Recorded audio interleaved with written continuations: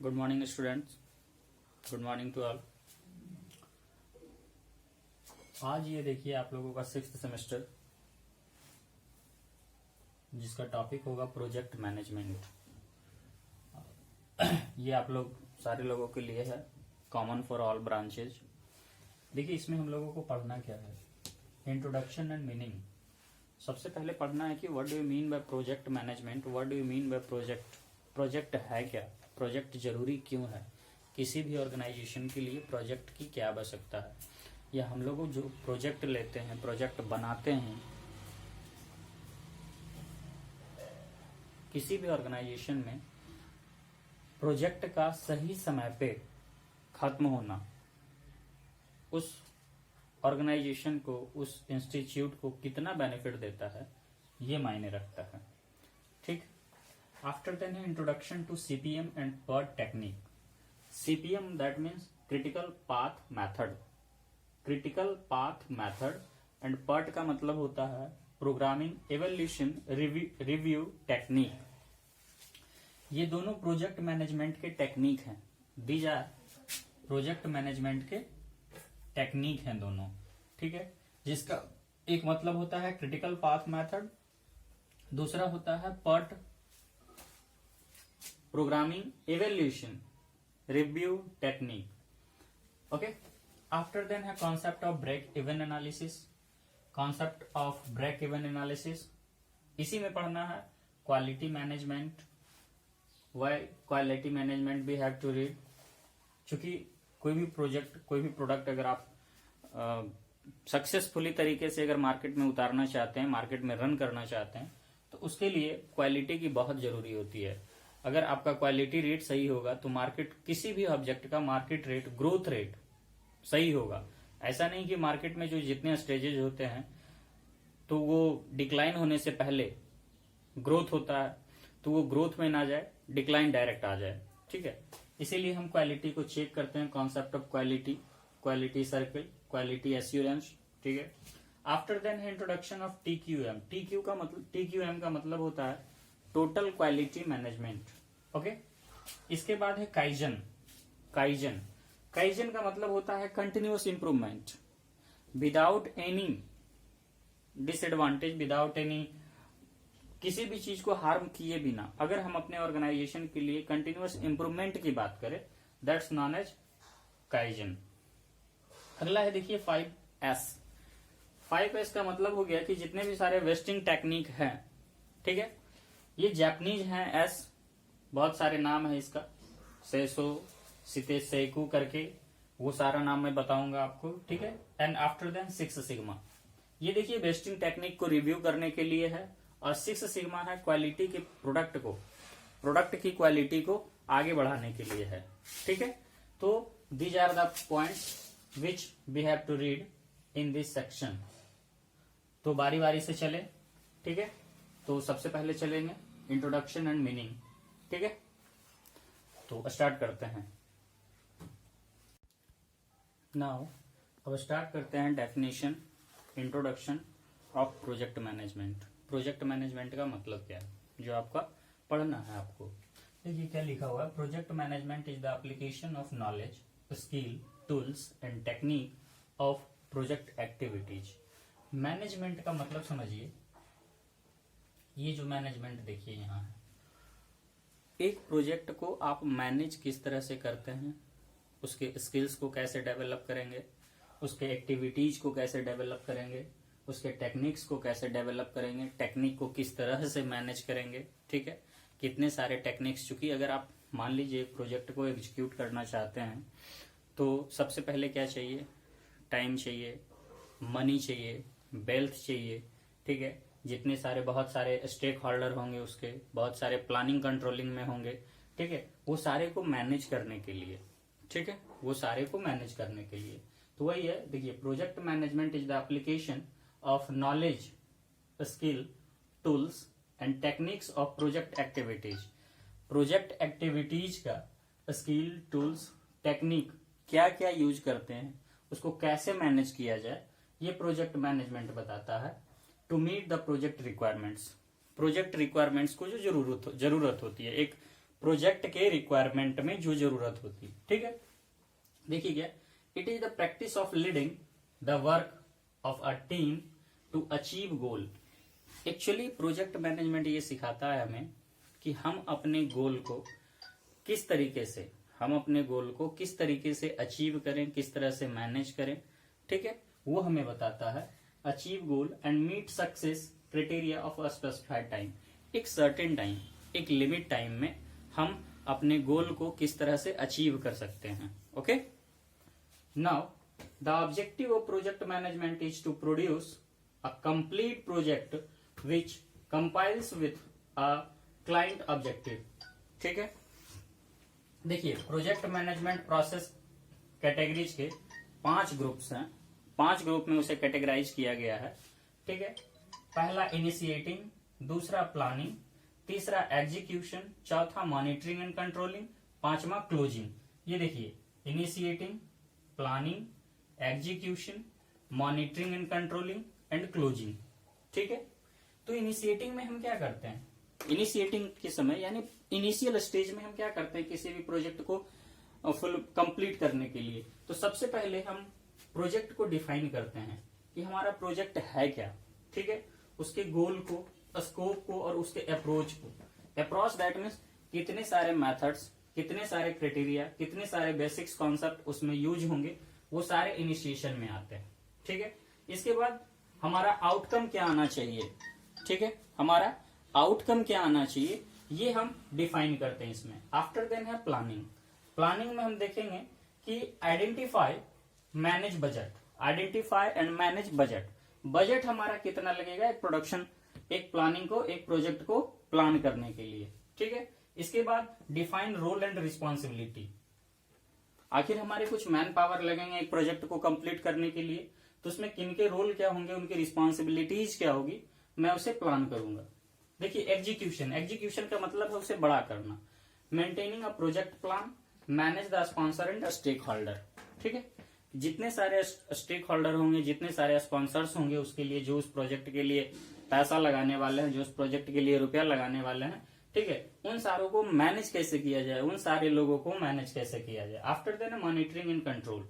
Monitoring and control कहने का मतलब ये जो आपने 3 फेजेस से गुजरे हैं, इस फेजेस को गुजरने के लिए हमें किस तरह से प्लान को डेवलप करना होगा, उसको मेंटेन किस तरह से करना होगा, हमारा वर्किंग इन्वायरमेंट किस तरह से होना चाहिए, ठीक है। आफ्टर देन है क्लोजिंग। क्लोजिंग का मतलब अब जितने सारे आउटकम्स आपको आएंगे, ठीक है, प्रोजेक्ट से हमें क्या मिला, फाइनल प्रोजेक्ट हमारा क्या आया, उस तरीके से हम प्रोजेक्ट को डिफाइन कर सकते हैं, ठीक है। ये था आपका इंट्रोडक्शन ऑफ प्रोजेक्ट मैनेजमेंट। मैं इसके बाद सीपीएम एंड पर्ट टेक्निक बताऊंगा, ओके, वो मैं नेक्स्ट वीडियो में आपको डिलीवर करूंगा। Thank you. स्टार्ट करेंगे project management technique. Project management technique क्या है, तो एक्चुअली हमारा क्या होता है, सब कुछ टाइमिंग पे डिपेंड करता है, ठीक है। अगर आपके पास टाइमिंग का सिचुएशन सही है, timing 1 point two another point के बीच का टाइमिंग सही है, उसके बीच में डिले प्रोसेस नहीं है, तो आप अपने वर्क को, अपने प्रोजेक्ट को बहुत अच्छे तरीके से कवर अप कर सकते हैं। तो उसको 2 टेक्निक में बताया गया है। एक सीपीएम, ठीक है। सीपीएम का मतलब होता है क्रिटिकल पाथ मेथड, ठीक है। आप लोग एसबीटी 6th सेमेस्टर में only you have to learn theoretical portion, not you have to cover up numerical portion, ठीक है। ये बहुत आसान है कि आपको न्यूमेरिकल्स कवर अप नहीं करने पड़ रहे हैं। चलिए, सीपीएम क्रिटिकल पाथ मेथड, जबकि इसका न्यूमेरिकल बहुत ही आसान है, सिर्फ इसको समझना है। दूसरा है PERT, program evaluation and review technique, ठीक है।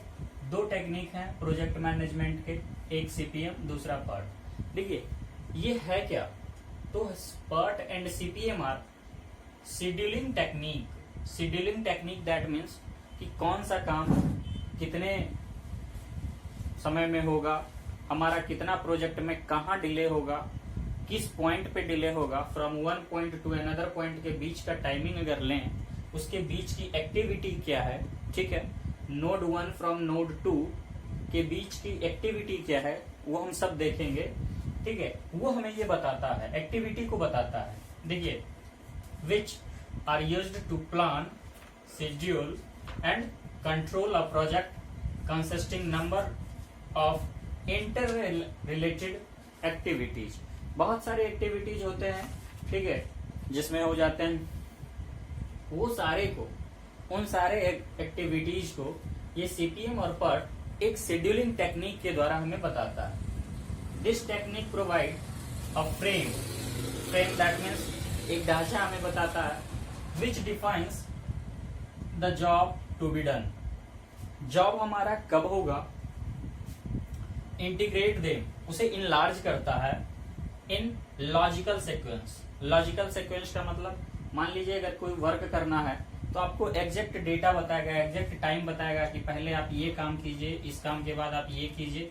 तो देखिए इसे कहा जाता है नोड 1, नोड 2, और ये इसके बीच में आप जो करते हैं वो कहलाता है एक्टिविटी। ठीक है, ये बेसिक कॉन्सेप्ट है इसको समझने के लिए कि अगर आप मान लीजिए अभी 1 बजे आप यहाँ हैं, 4 बजे आप इस पोजीशन पे रहेंगे, तो उसके बीच आप यहाँ से यहाँ ट्रेवल करने के बीच में आपने जो भी किया वो आपकी एक्टिविटी कही जाएगी। ठीक है, तो इसी को कहते हैं from node 1 to node 2 whatever you have to done is known as activity. इसी को एक लॉजिकल सीक्वेंस में बताता है। ठीक है, and provide a system of control over the progress of plan. और हमें ये बताता है कि हमारा जो सिस्टम है वो किस तरीके से कंट्रोल हो रहा है, किस तरह से उसे प्लान करना है, एग्जीक्यूट करना है।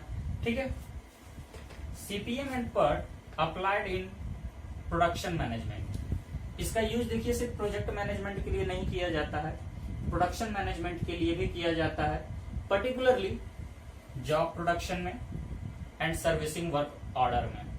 जॉब प्रोडक्शन कहने का मतलब है कि जहां आप जॉब को प्रोड्यूस कर रहे हैं, मैन्युफैक्चरिंग कर रहे हैं, वहां हम इस मेथड को यूज करते हैं, इस प्रोजेक्ट मैनेजमेंट के मेथड को। क्योंकि देखिए क्या है, अगर आप मान के चलें तो प्रोडक्शन मैनेजमेंट में अगर मान लीजिए कि किसी को ऑर्डर मिला 1000 नट एंड बोल्ट्स को या 1000 गियर असेंबली करने के लिए, ठीक है, तो क्या करना होगा, उसको वही करना होगा ना, वो तो एक प्रोजेक्ट की तरह काम करेगा। तो अब वो एक प्रोजेक्ट की तरह काम करेगा, तो देखिए काम यहाँ प्रोजेक्ट की तरह हो रहा है, लेकिन उसी मेथड से मैन्युफैक्चरिंग भी हो रहा है।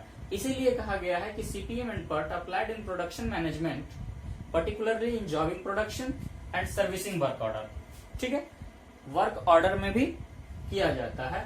Planning and launching new product को लॉन्च करने के लिए, और पुराना प्रोडक्ट कब चेंज होगा और उसकी जगह पे नया प्रोडक्ट कब आएगा, हमें ये भी बताता है सीपीएम एंड पर्ट मेथड।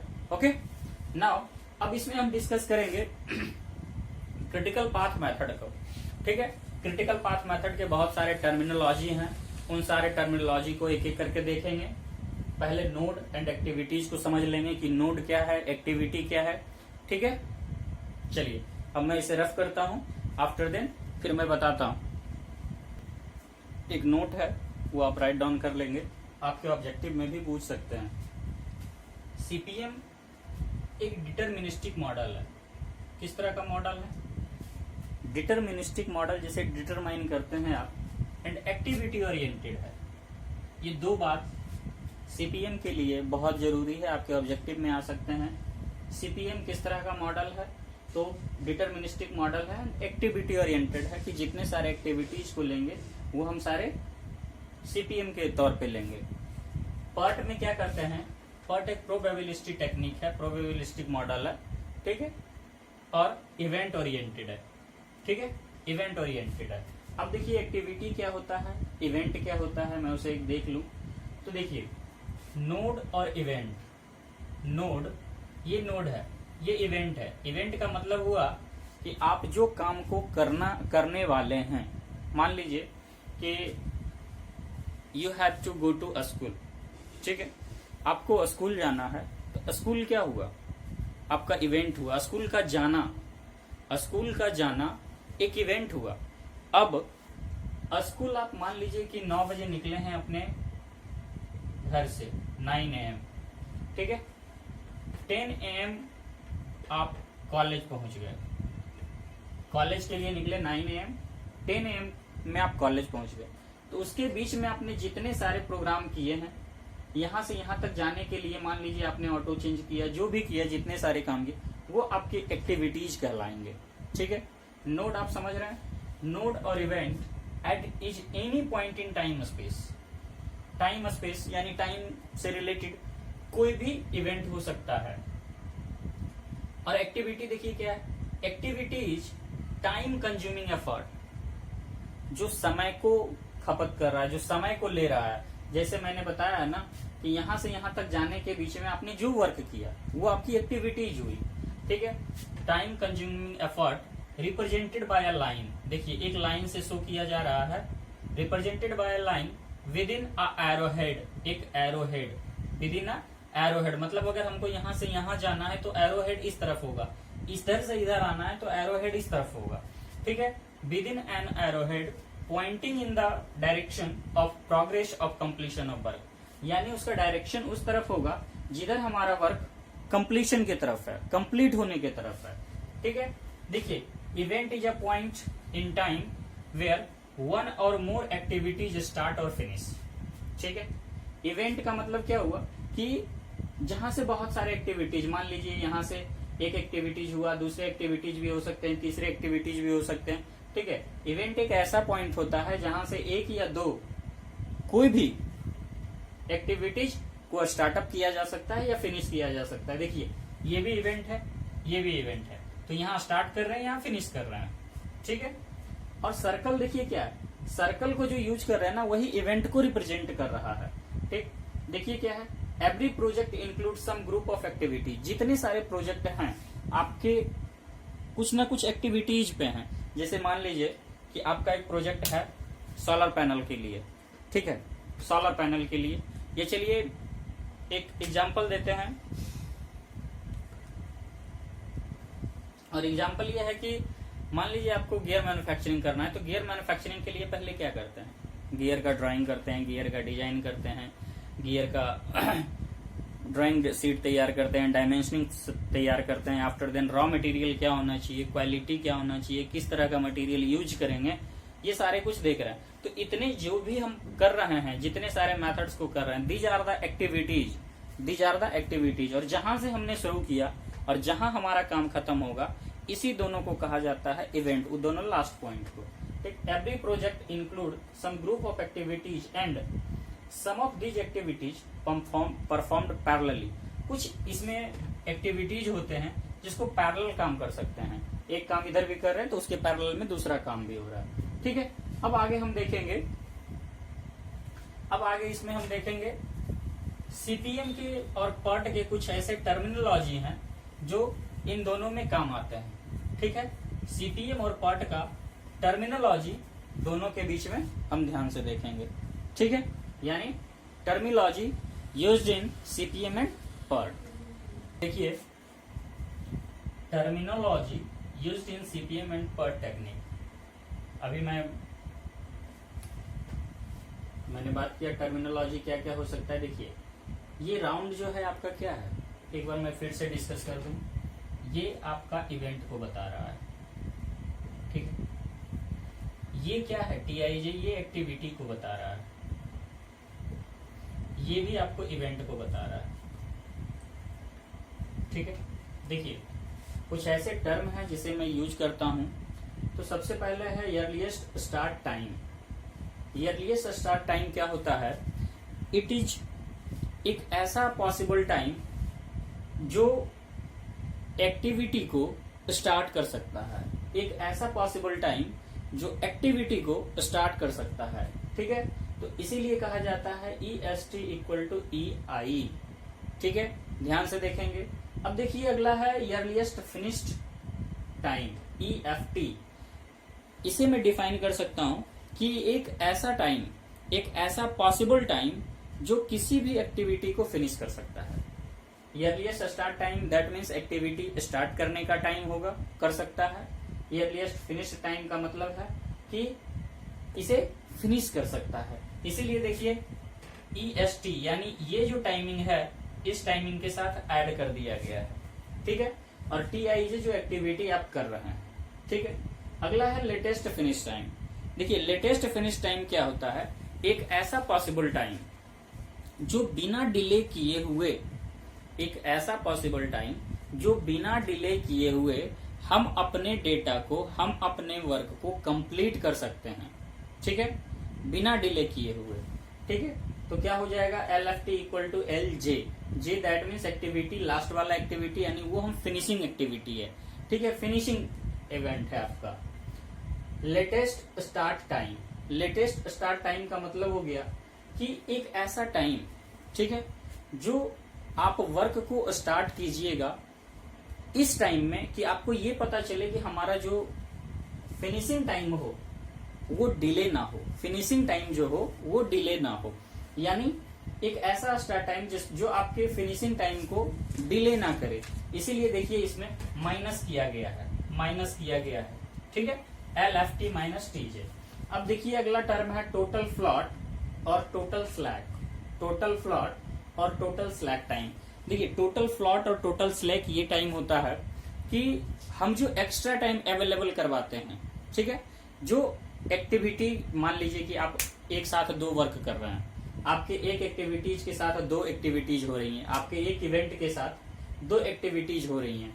ठीक है, मान लीजिए एक इवेंट इस तरफ, एक इस तरफ चल रहा है, एक इस तरफ चल रहा है, फाइनल आपका चलेगा और फिर फाइनल वर्क कंप्लीट होगा।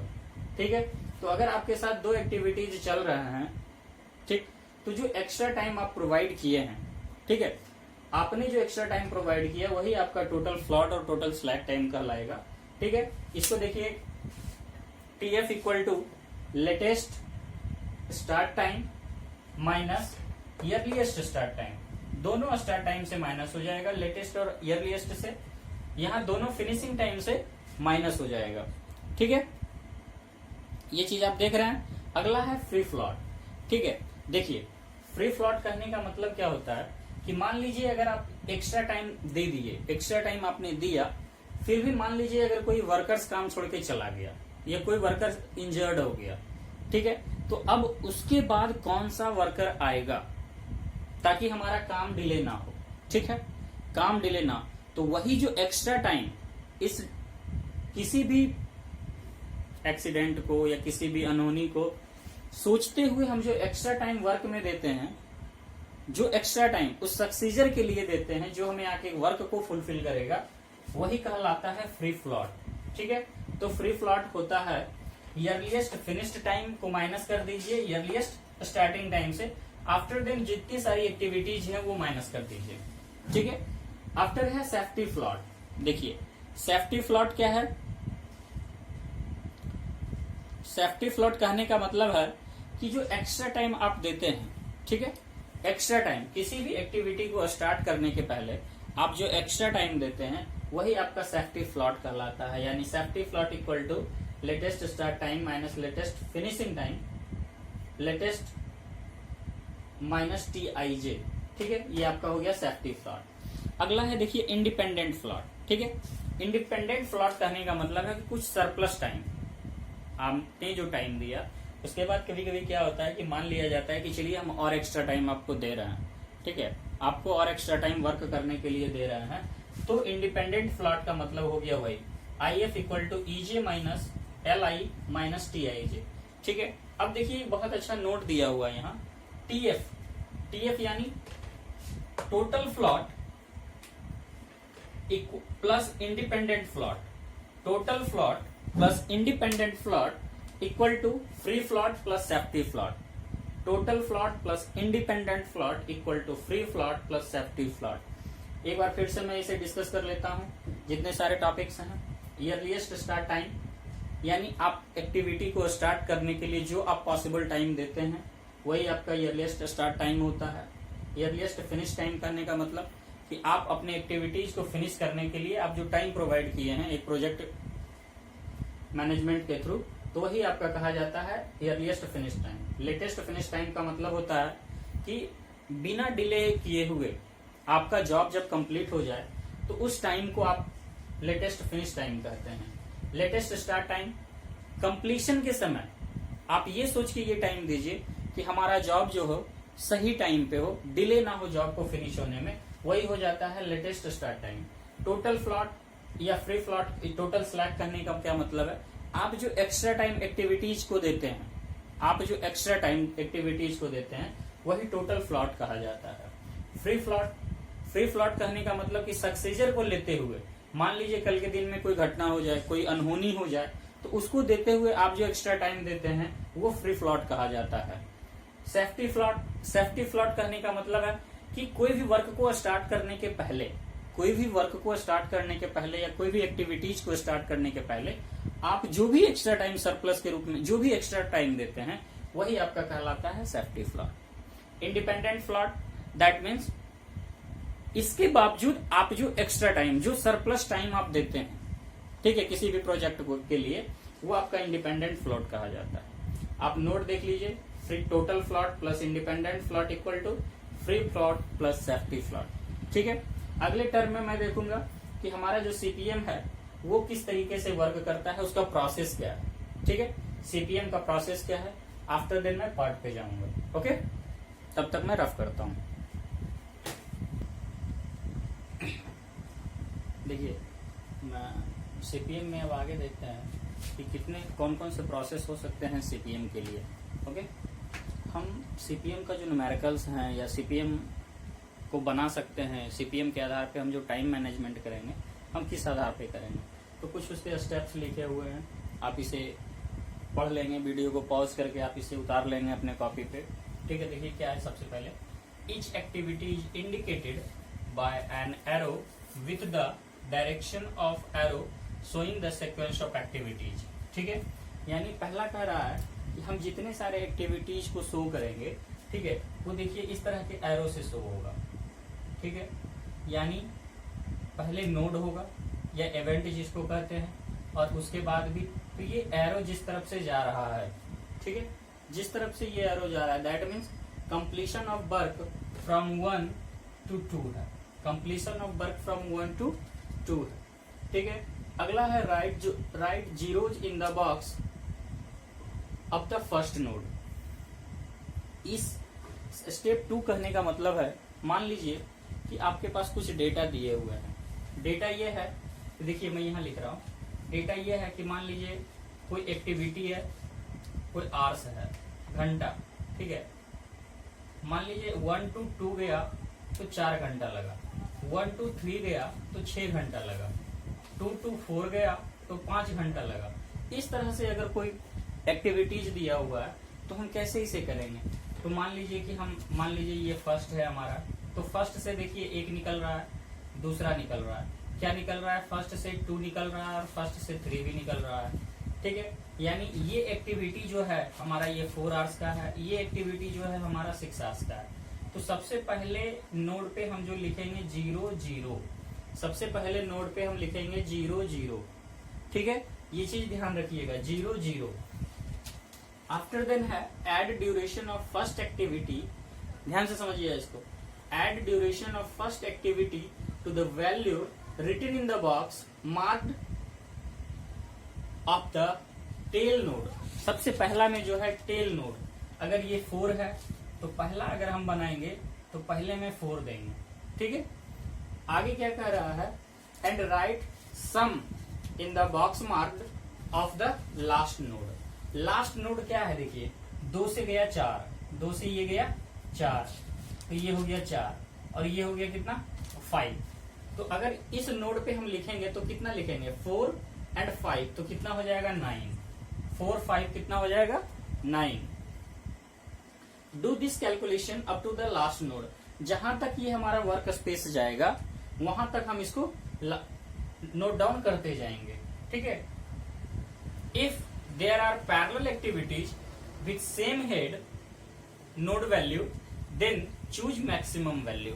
मान लीजिए अब यहाँ देखिए, ये फर्स्ट नोड से एक ही नोड से 2 पैरेलल वैल्यू जा रही है, एक 4 है एक 6 है, तो हम जो चूज करेंगे 6 को चूज करेंगे। जब फाइनल एक्टिविटी हम जो तैयार करेंगे वो हमें फाइनल डिटर्मिनेशन पे जो पहुंचाएगा, तो हम 6 को कंसीडर करते हुए चलेंगे, 6 को ऐड करते हुए चलेंगे, ना कि 4 को ऐड करते हुए चलेंगे। इस पे मैं एक न्यूमेरिकल्स इसके जस्ट बाद में करवा रहा हूँ। ठीक है, अगला है the value in the box tick marks of last node should be written in the box marked of the last node. ठीक है, अब कह रहा है कि the node in the box of last node should be written in the box marked of the last node. ठीक, last node जो हम तैयार करेंगे उस पे जितने सारे सम होंगे जो मैक्सिमम होते हुए गोज करेंगे, मैक्सिमम गो होते हुए जाएंगे, उन्हें मैं नोट डाउन करूंगा। अगला स्टेप देखिए क्या है कि subtract the duration of last activities. Subtract the duration of last activity from the value written in the box mark of the last node and write the value in the box mark of the till node activity. Do this calculation up to first node if the parallel activity is same node. Choose minimum value last node के लिए ये है। ठीक है, तो अब इसके आगे हम एक न्यूमेरिकल्स देख लेंगे। ठीक है, वो न्यूमेरिकल्स शायद आपको दिए हुए हैं। ठीक है, आपको करना कुछ नहीं है, मैं बस समझाने के लिए कर रहा हूँ। इसका मैं न्यूमेरिकल्स आपको नहीं बताने वाला हूँ। ठीक है, चलिए तो मैं देख लेता हूँ, अब मैं इसे रफ करके।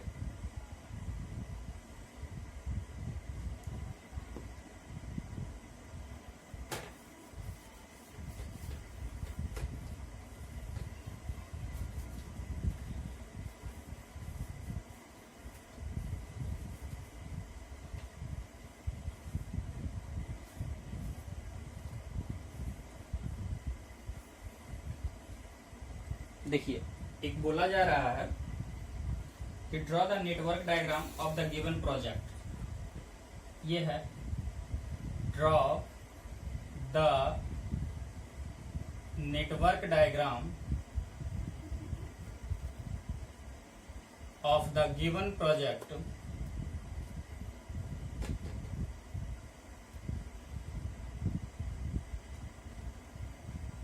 And show critical path.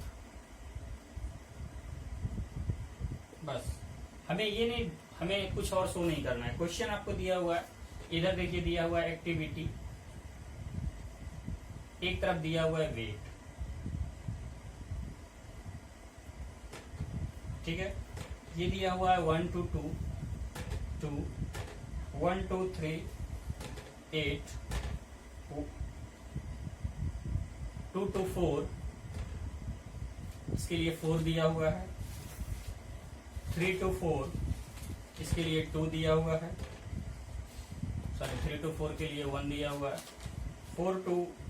3 to 5 इसके लिए 2 दिया हुआ है, 4 to 6 इसके लिए 5 दिया हुआ है एंड 5 to 6 इसके लिए 6 दिया हुआ है। चलिए, ये आपको दिया हुआ है। ठीक है, हम सबसे पहले क्या देखेंगे इस डेटा के लिए कि ये हमारा critical path method, critical path के लिए हम कैसे इसका नेटवर्क डायग्राम को ड्रॉ करेंगे। तो सबसे पहले हम नेटवर्क डायग्राम को देखेंगे। ठीक है, तो देखिए नेटवर्क डायग्राम सबसे पहले क्या करते हैं, सबसे पहला प्रोसेस करते हैं कि हम नोड को तैयार करते हैं। तो नोड देखिए हमेशा 1 से तैयार होता है, 1 पॉइंट से। तो चलिए यहां से मैं ले रहा हूं, इस तरफ से बना रहा हूं। ठीक है, यहां से आप देखेंगे। तो चलिए ये पहला नोड लिया मैंने और इसका नाम दे दिया 1। ठीक है, अब देखिए 1 से 2 आप में ज्यादा न्यूमेरिकल्स नहीं आएंगे, बस इस तरह से कुछ फंक्शंस आ सकते हैं या नेटवर्क डायग्राम ड्रॉ करने के लिए, तो वो मैं ड्रॉ करने सिखा रहा हूं। 1 से 2, तो 1 से 2 क्या कहा था स्टेप में कि आप एक्टिविटी को एरो से शो करेंगे। तो 1 से 2 चलिए, ये हो गया 2। ठीक है, कितने वेट कितना है, तो 2। फिर देखिए 1 से 3, 1 से ही 3 निकल रहा है, 1 से ही 3 निकल रहा है और ये 8 है। यानी अब देखिए क्या है कि एक नोड से 2 एक्टिविटी निकल गया, एक नोड से 2 एक्टिविटी निकल गया। अब देखिए 2 to 4, 2 to 4, ये हो गया 4, इसका कितना है 4। ठीक है, यहां देखिए 3 to 4, 3 से 4 गया, तो 3 से 4 गया, कितना है 1। ठीक है, आगे देखिए 3 से 5 है।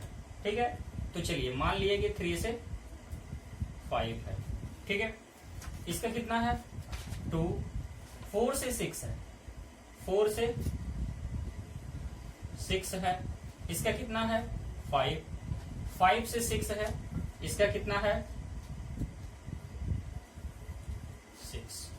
ठीक है, ये आपका हो गया नेटवर्क डायग्राम, ये हुआ आपका नेटवर्क डायग्राम।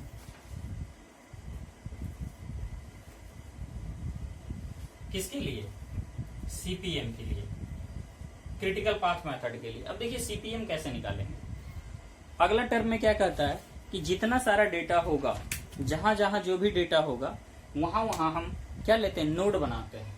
तो देखिए ये नोड बन गया, यहाँ नोड बन गया, इस पोजीशन पे नोड बन जाएगा, इस पोजीशन पे 2 नोड बनेंगे, इस पोजीशन पे 2 नोड बनेंगे, और इस पोजीशन पे 2 नोड बनेंगे। यानी हमें ट्रेवल करना है 6 तक। हमारा जो जॉब कंप्लीशन होगा वो होगा 6 तक। तो देखिए अभी मैं सारा कुछ नहीं बताऊंगा, तो फाइनल जॉब कंप्लीशन किधर होगा? अगर 2 पैरेलल स्पेस होंगे तो जिधर से मैक्सिमम डेटा स्टार्ट हो रहा है, यहां तक पहुंचने के लिए सबसे रास्ता क्या है? तो देखिए क्या है, 8 to 10 एंड ये 6, 16। ठीक है, ओके। अब अगर मैं बात करूं तो इस पोजीशन पे क्या होगा, इस पोजीशन पे क्या होगा, देखिए 8 to 6, 16। समझ गए? और फर्स्ट स्टेप हमारा क्या होता है, 0 0। फर्स्ट स्टेप हमारा क्या होता है, 0 0। ठीक है, अब अगर मैं यहां लिखना चाहूं तो इस पोजीशन पे मैं क्या लिखूंगा, इस पोजीशन पे लिखूंगा जो हमारा ये फर्स्ट फंक्शन होगा, फर्स्ट फंक्शन, तो ये 2 सबमिशन 2 ही हो जाएगा। ठीक है, इस पोजीशन पे हमारा क्या होगा, तो देखिए 4 to 6, और इसी के साथ एक फंक्शन आ रहा है तो 7। समझ रहे? Any doubt? अब देखिए अगला इस फंक्शन के लिए क्या लेंगे, तो 4 5 9। ठीक है, और यहां तक अगर हम आए हैं लास्ट के लिए, इसका लेटेस्ट फिनिश के लिए, तो 2 4 6 9 11। ठीक है, कुछ इस तरह का डेटा आपको मिलेंगे। चलिए अब आप इस डेटा में देखिए तो क्या होगा, 8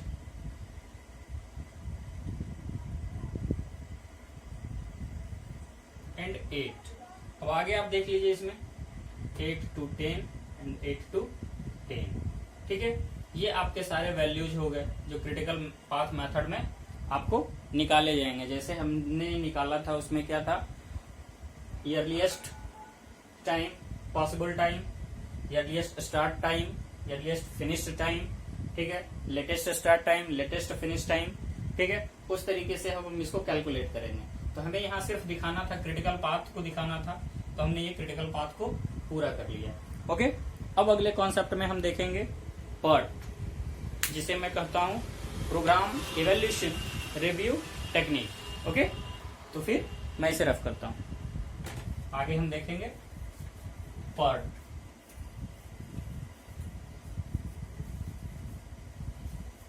में क्या है, PERT को हम जैसे कहते हैं program evaluation review technique. PERT के लिए हमने क्या देखा, प्रोग्राम इवैल्यूएशन रिव्यू टेक्निक। इसको हम समझते हैं, it is the most common approach that has been developed for project management technique purpose.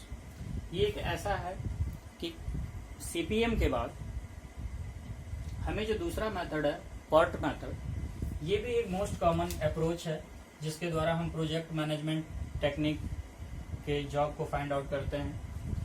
PERT find application in planning and control of complex set of activities.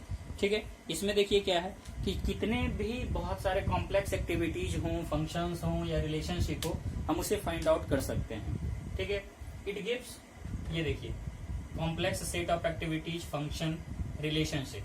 ठीक है, PERT gives a way of identify critical activities, right the planning stage, so management is aware of this potentially troublesome area, exercise proper control over them. ठीक है, और सबसे बड़ी बात है कि इट फॉलोज बीटा डिस्ट्रीब्यूशन। जैसा कि प्रोबेबिलिटी आप लोग पढ़े होंगे, नॉर्मल डिस्ट्रीब्यूशन, बीटा डिस्ट्रीब्यूशन, तो ये प्रोबेबिलिटी के फंक्शन को फॉलो करता है। ठीक है, क्योंकि ये एक प्रोबेबिलिस्टिक मॉडल है। ठीक है, इट फॉलो बीटा डिस्ट्रीब्यूशन, तो ये क्या हो गया, बीटा डिस्ट्रीब्यूशन का ग्राफ है।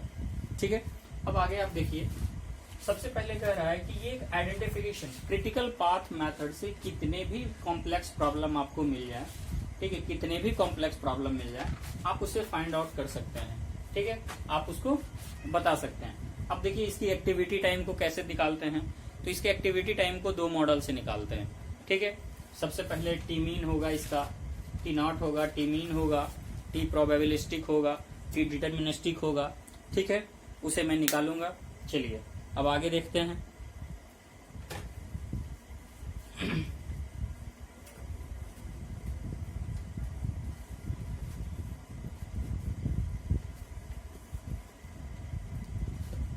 अब आगे देखिए एक्टिविटी टाइम।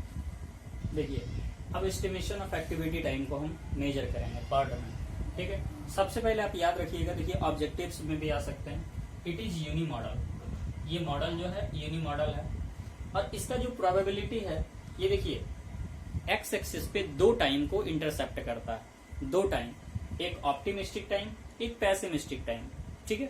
ऑप्टिमिस्टिक टाइम क्या होता है कि एक ऐसा टाइम जिसमें एक्टिविटी को हम कम समय में कर सके, यानी पूरा कर सके, ठीक है। ऑप्टिमिस्टिक टाइम जो हम चाह रहे हैं, जो हमारा जैसे देखिए उसका वर्ड मीनिंग से ही आप समझिए, ऑप्टिमिस्टिक दैट मीन्स आशावादी, पैसिमिस्टिक दैट मीन्स निराशावादी वाला जो वर्ड मीनिंग होता है, ठीक है, कि हम एक उम्मीद लगाते हैं कि हमारा ये काम जो है इस समय तक पूरा हो जाएगा, डिले नहीं होगा, हमारा ये काम पूरा हो जाएगा। और मोस्ट लाइकली टाइम क्या होता है कि देखिए ऐसा होता है कभी कभी कि हमारा ये काम चलिए आज नहीं पूरा हुआ तो कल पूरा होगा, कल ऑब्वियसली पूरा होगा, तो उस तरह से मोस्ट लाइकली टाइम को आप प्रेफर कीजिए।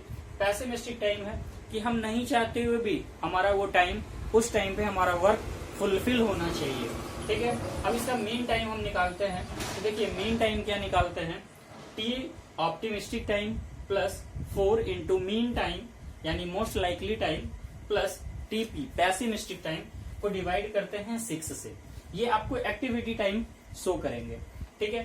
अब आगे देखिए, चूंकि ये प्रोबेबिलिटी है तो आपको स्टैंडर्ड डेविएशन जो आप पहले से पढ़ चुके हैं, तो standard deviation equal to 1/6 TP minus T naught. जो पैसिमिस्टिक टाइम होगा, ऑप्टिमिस्टिक टाइम होगा, वो आपको पता चल जाएगा। वेरिएंस आप समझते हैं, sigma square equal to standard deviation का whole square, Z equal to X minus X bar by 6, जहां एक्स बार है प्रोजेक्ट ड्यूरेशन टाइम, ठीक है। तो इस तरह से आप पर्ट को समझ गए, सीपीएम को समझ गए, ओके, थैंक यू।